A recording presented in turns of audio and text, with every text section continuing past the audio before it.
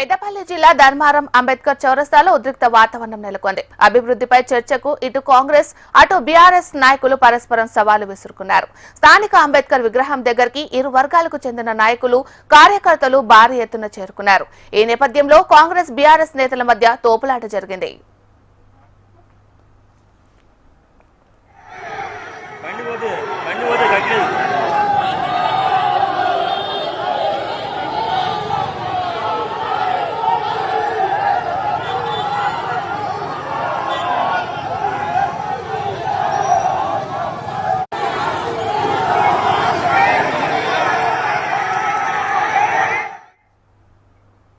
పెద్దపల్లి జిల్లా ధర్మారం అంబేద్కర్ చౌరస్తాలో ఉద్రిక్త వాతావరణం నెలకొంది.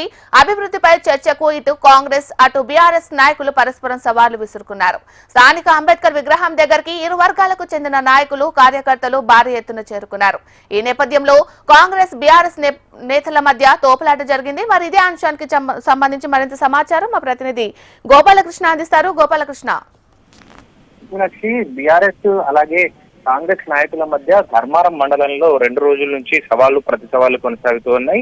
అభివృద్ధి విషయంలో పరస్పరం చర్చించుకునేందుకు రావాలంటూ సవాళ్లు విసురుకున్నారు. ఈ నేపథ్యంలో ఈ రోజు ధర్మారం అంబేద్కర్ చౌరస్తాకి రావాలని చెప్పి ఇరు పార్టీలు సవాళ్లు ఇచ్చినటువంటి నేపథ్యంలో ఉదయాన్నే ఇరు పార్టీలకు సంబంధించినటువంటి నాయకులు కార్యకర్తలు పెద్ద ఎత్తున ధర్మారంలోని అంబేద్కర్ చౌక్ చేరుకున్నారు. దీంతో ఒక్కసారిగా మాట పెరిగి వాగ్వాదం స్థాయికి పోయి ఘర్షణ వరకు వచ్చింది.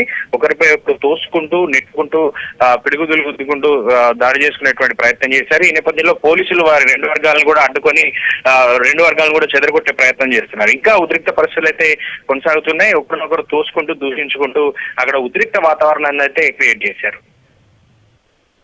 Right, thank you Gopalakrishna.